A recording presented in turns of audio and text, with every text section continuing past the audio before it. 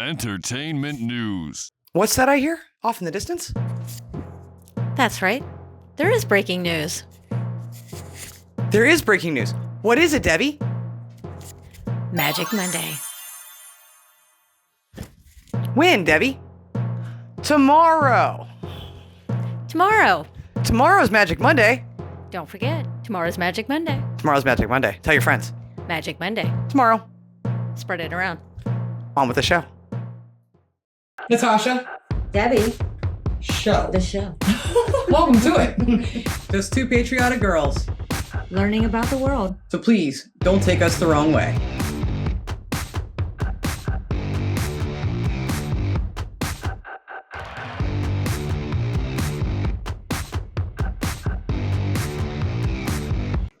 Hi, welcome to the Natasha and Debbie Show. We thought it'd be a great idea to do a video about England's football and wear Cincinnati football shirts. Gotta support our team too. Hey, they're cool. They are cool. FC Cincinnati. Look at the stadium. You'll love it. It's awesome. It's a really cool stadium. But this is our team. It's really a very clever name. It FC is. Cincinnati. Football Club Cincinnati. Yeah, we went for it. Hey guys, if you enjoy our content, please hit the like button, and it also lets us know that you're here. And also consider subscribing. It's absolutely free. So this video popped up a little while back, and we've been very excited to check this out and learn about this. We hope that you are interested, and you probably already know. Well, we don't. Anyway, Debbie thinks she cracked the code, but what is this video we're watching today? We are going to take a look at how England's Football League is breaking the sport. What are you doing, England? What are they doing? What are you doing, England? What's going on? What do you think it is? Because you said you think you know what it is, and I think you're right. I'm thinking it always has to go but down to money. Yep. Yep. NFL here, the NBA here, it's always like, oh, good Lord. Yeah. Like politicians. We don't pay them way too much. Or do we? Some agree, some don't. Well, not the politicians part, but that's oh good Lord. Bring up football and politicians. I know, in video. sports and politics. Nope. We're going to stick to the sports. Hi. But no, seriously, like a lot of people like have a big issue with like here in America how much we pay the athletes. Exactly. You know, it's like whoa. And Well, some are paid way too much. But then they do go out there and risk a lot. yet we were surprised to find out that football in other countries, that's where the highest paycheck comes from. We didn't know. So anyway, what is exactly going on here? How is England's football league breaking the sport? And what exactly does that have to do with the rest of the world and Europe, in fact? So without any further ado, let's find out. On February 3rd, 2023, in London, the English football club, Chelsea, played a home game against a rival, Fulham. Okay. The game ended in a scoreless draw, but Fulham's fans were so excited they stayed to chant after the game. Waste of money. Soon, these words were in articles all over the world because, in just 1 month, Chelsea had spent €329 million on new players, more money than all the clubs in the French, Italian, German, and Spanish football leagues spent combined. What? Wow. Club like Chelsea, and they think they can do everything. I mean, it's an extraordinary amount of money. But it's what Chelsea's owners believed it needed to do in order to succeed in the most competitive, most popular, and richest football league in the world. Whoa. First of all, I didn't know the richest football league in the world. No. I did not had no know clue. that. I knew that the Premier League is it's the Premier League. Right. But wow. And dang, that's a crap ton of money. And more than wow, guys. Okay. Well, yeah, you're right, and I figured you were right. Okay, this is crazy. I'm gonna rewind that back just a little bit. I want to see those numbers again. That's incredible. Or Germany, Italy, France, Spain. Oh my god. All combined. I know. Combined. Wow. Combined.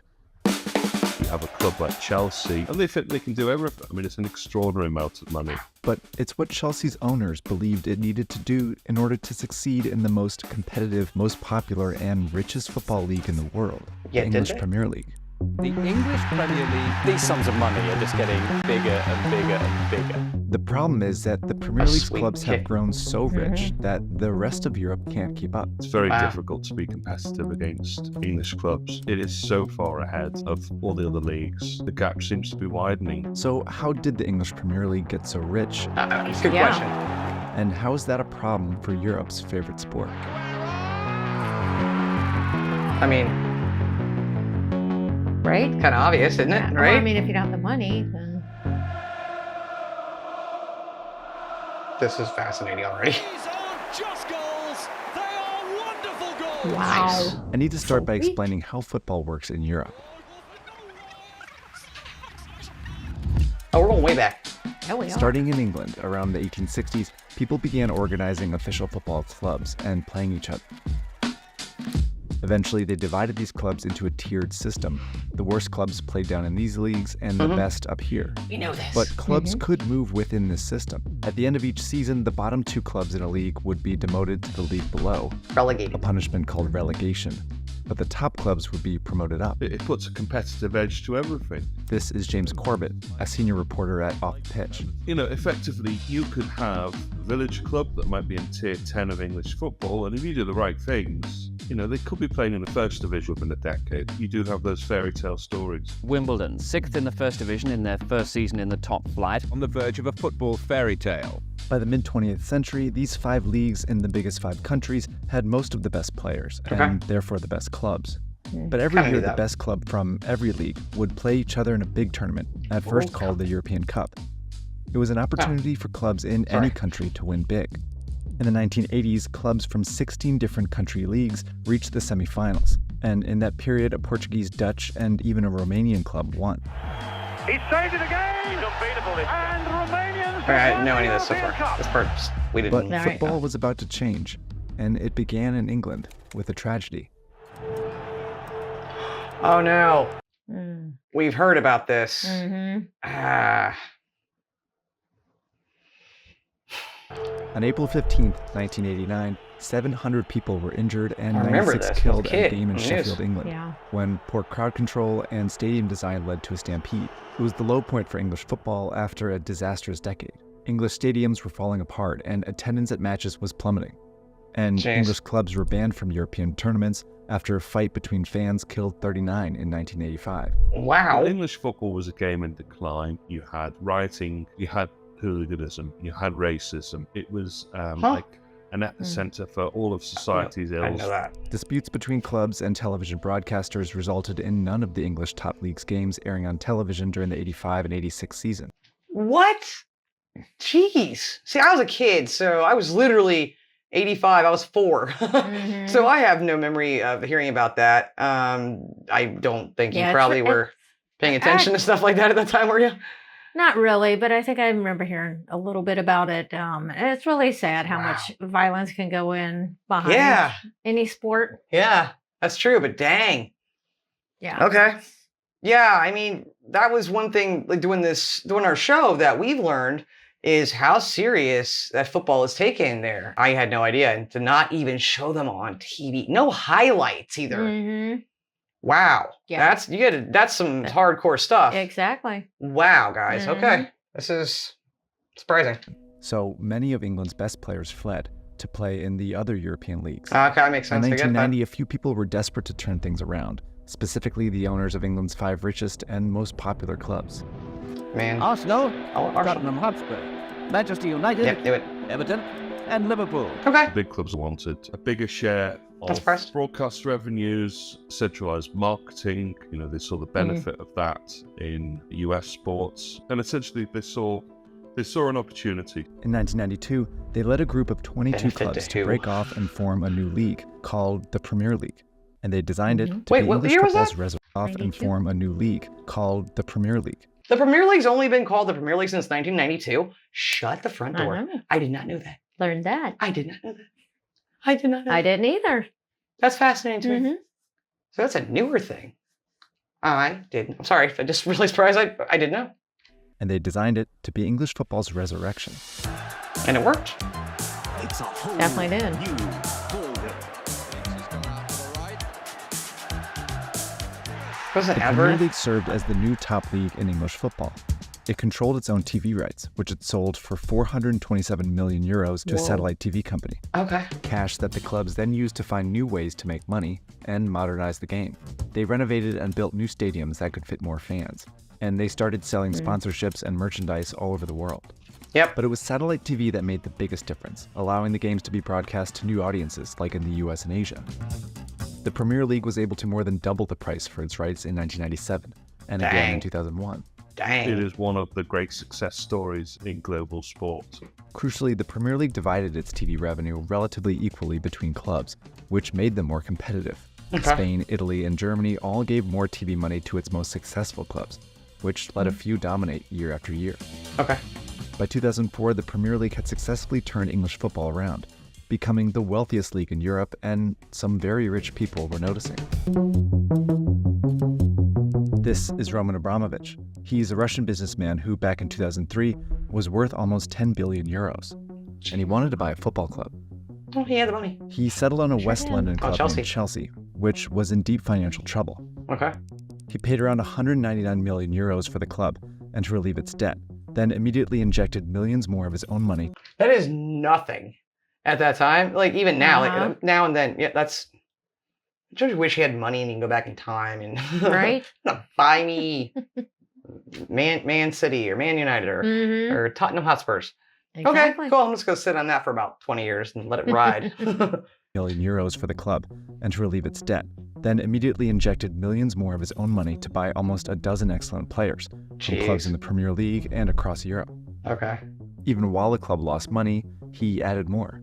That was the big moment because he came in and he had a level of wealth that was just beyond anything that the Premier League had ever seen before. Chelsea quickly won the Premier League in 2005 and 2006 and began consistently qualifying for and advancing deep into the All-European tournament, since renamed the Champions League. Abramovich proved that you This is just all. I'm sorry. It's this all is, coming together. It's all coming together because we did a couple videos on the different leagues and learning about it. We did one video on that specifically, and then you and I have gotten into watching Wrexham and Welcome to Wrexham with Ryan and them. Same thing, right? Rich guys coming in, buying the club, Yep. making it better, and they're shooting Exactly. up. Yeah. So the European, what was it? The European League is now the Champion League? All-European tournament, since renamed the Champions League. Abramovich proved that you could buy success in the Premier League, Yeah, he and did. it encouraged other owners to try it for themselves. Throughout the 2000s, a new class of wealthy and mostly foreign owners began buying and pumping millions into Premier League clubs. I want to ask what you guys think about that. Yeah, I was just going to say, what do you think about that? Having Yeah. all the foreign owners come in and buy it. Well, I know with Leeds, for example, I know the 49ers, San Francisco 49ers owners own them or own part of them. What do you think about that? Good thing, bad thing, happy about it? I mean, if it's my team and everybody else has money, I don't care who it is, come and give me some money. Well, I care to a degree. If it's a bad person, I don't want you. But you know what I'm saying? Like, we'd love to know your thoughts in the comments. Class of wealthy and mostly foreign owners began buying and pumping millions into Premier League clubs. It helped that at first the Premier League had very few rules on who could buy a club and how much they could spend on it. Premier League has always Actually, been just sort rules of quite non-interventionist. Any investment as good investment. So these new owners began making the already rich clubs richer, while others boosted some smaller clubs into notoriety. Sheikh Mansour bin Zayed Al Nahyan was a member of oil-rich Abu Dhabi's royal family, who in 2008 bought Manchester City. Yeah, Man City moved it up another notch because you had the resources, not just the wealth, but the resources of a nation state. He spent over 1.7 billion euros over the next 15 years on the best players, coaches, staff, and facilities from all over Europe. What? And of course, it worked. Well, yeah. I didn't know that. Manchester City are the Premier League champions. This strategy helped spark an arms race in the 2010s. Clubs started So that's what made them so. Yeah. I mean, See, I just said about buying them. you did. Dang it. Go back a few years. Okay. Yeah. I mean, this makes it impossible for the teams that mean- don't have these rich investors to even have a chance, does it? No, it doesn't. No, it doesn't. And then the rest of Europe, yeah. If they don't have the money, True. they're screwed. But I wonder what rules they've put in force. Yeah, I was hoping. If they have. I hope they tell us. Hopefully they're going to tell us. I hope so. This is crazy. Premier League champions. This strategy helped spark an arms race in the 2010s. Clubs started spending more and more each year to sign the best players and keep up with each other. Yeah. While many of the rich clubs could afford to going. lose money on expensive players, many smaller clubs couldn't. It created Right. huge inflationary pressure, not just in terms of transfer fees, but in terms of player salaries. And they effectively pulled the rug from under the feet of other clubs. And it became harder for clubs promoted into the Premier League to afford to stay there. Clubs have massively overspent. Oh, sorry. I'm just pausing again because it's another point I never thought about. Yeah, if you're a small team just getting in the Premier League, you're probably staying there one season. You're gone back down. Like this is a really big deal. I get the title of the video now. So many things that come from this. I mean, like little ripple waves that come out to be huge tidal waves. Exactly. So I wonder if they've hopefully he'll get into it. Yeah, no, sorry. For like salary caps or something. I doubt it. To stay there. Doubt it. Clubs have massively overspent trying to get into Premier League. In 2013, the Premier League adopted rules that were designed to encourage clubs to break even. But they didn't slow down the spending because these clubs were in a lucrative cycle. As wealthy owners spent millions to bring the best players to the Premier League, more fans, especially international ones, wanted to watch it, which generated more TV money, which gave clubs more money to spend on more players. Wow. Jeez. By 2022, the Premier League had 11 of the 20 richest football clubs in the world. Wow. And as far as revenue, the Premier League clubs brought in over 3 billion euros more than Germany and Spain's top leagues, and more than double France and Italy. So by 2023, the Premier League was on a spending spree that Europe's other clubs just couldn't match. Like literally off the chart. Something Chelsea made obvious in 2023. Transfer deadline date, and Chelsea have locked down a British record transfer spending of $357 million Goodness gracious. in January. La Liga president has launched a scathing attack. The British market is a doped market. This can jeopardize the sustainability of European football. Do you think we're going to see a time when the Premier League's ever equal by any of the leagues? By 2023, Europe's other leagues generated far less television money than the Premier League. But they also had more rules. Germany blocked ultra-wealthy owners from taking over its clubs. Germany? And Spain's league placed strict spending limits on its clubs. Okay. It often made these clubs healthier financially, but put most of them at a huge disadvantage when bidding for players against Premier League clubs like Chelsea. The year before, new ultra-rich American owners had bought Chelsea, decided to splurge on new players, and were prepared to pay huge prices in order to outbid the other Premier League clubs. It offered 121 million euros for one player from Portugal's league. Wow. And 70 million for one in Ukraine's, plus millions more for another 6 players, totaling 329 million euros. That's more money than the annual revenue of most European clubs. So Chelsea got these players, and while its spending was extreme, even the worst Premier League clubs were outbidding Europe's major clubs. Really? Southampton bought 5 players, including one from France for 25 million euros. And Bournemouth bought 3 players, including one for nearly 23 million euros from Ukraine. Wow. Essentially, Premier League clubs are buying up nearly all Europe's best players, and these clubs can't afford to stop them. I know executives at what, by any measure, I would consider big clubs and say Germany, and they're very, very frustrated because every year they will lose their best players to an English club. Some already rich and successful clubs in Europe are trying to match the Premier League spending, but it's caused Spain's Barcelona to spiral into a debt crisis, and Italy's Juventus was caught fudging its accounting. Okay. Europe's other clubs, meanwhile, are increasingly choosing to sell their best young players to Premier League clubs, meaning it's harder than ever for them to compete. You can see it happening most clearly in the Champions League tournament. Remember back in the 80s when clubs from 16 different countries made semifinals? In the past 10 years, it was just 6. And only these 6 clubs have won it. Playing in a major Champions League match earns a club millions, so when it's dominated by a handful of rich teams, they get even richer. It definitely affects the competitive balance. Clubs from less significant European leagues. It is. That really does seem to throw the balance off there. I mean, I can understand wanting the best players and everything. Yeah, I get it too. It does. It's hard when one person starts that. You can't stop it. No, it's a domino effect. They're another club. You have to keep up. So you have to do it too. But I like what Germany did originally. You know, they're like, nah. I wish we did that in America. Say, nope. Yeah. But spending caps, I think, personal opinion, is a good idea. Exactly. It keeps more of an even playing field, right? My thought was, is that pricing affecting you too? Is that making the cost of tickets going, the cost of bet so. gear, to support? They're not cheap. We've looked at your stuff. Trust me, I can't afford the stuff I want over there. It's a good point. I think you're onto something. Competitive balance clubs from less significant European leagues. It is gradually forced them out. This runaway wealth imbalance is why a few rich clubs, including 6 from the Premier League, tried to break away and form their own Super League back in 2021. Really? An outcry by fans forced them to abandon the plans, but the problem didn't go away. We talk in terms of European Super Leagues, but the reality is the Premier League is the European Super League. Yeah, it is. The Premier League has announced that it plans to install stricter rules that limit what clubs can spend on players. And it might be starting to enforce its rules better. In February 2023, the Premier League charged Manchester City with more than 100 violations of its financial rules, stretching back as far as 2009. Jeez. If found guilty, it could be relegated. Whoa. But restricting spending could just make permanent the advantage the rich clubs already have. It's the Premier League's past willingness to let anyone own a club harder to fix. Once you've opened yourself up to a nation state buying into your organization, he's right. Very, very difficult, if not impossible, to stop that.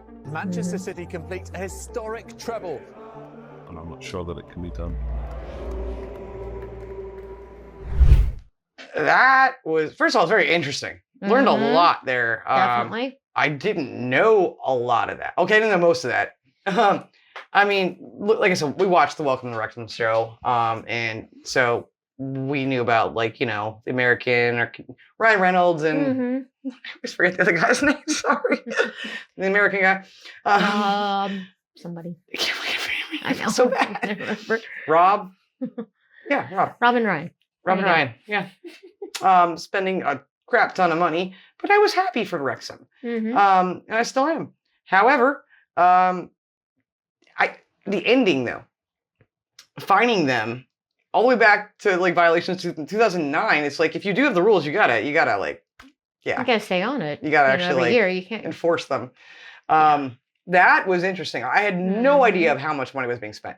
No, absolutely not. I had no idea it would be that kind of money in the Premier League, but not surprised at the same time.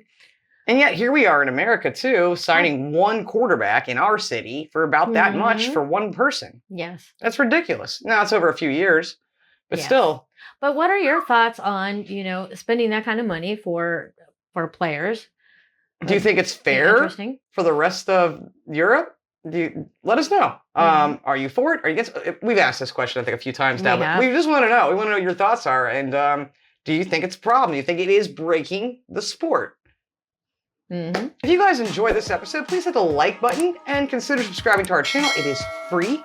And, if you want us to do more content on football, we'd like to. Let us know. And also, let us know your favorite team. Who's your team? We want to know. Give them a shout out in the comments. Yeah, do it. It'd be awesome.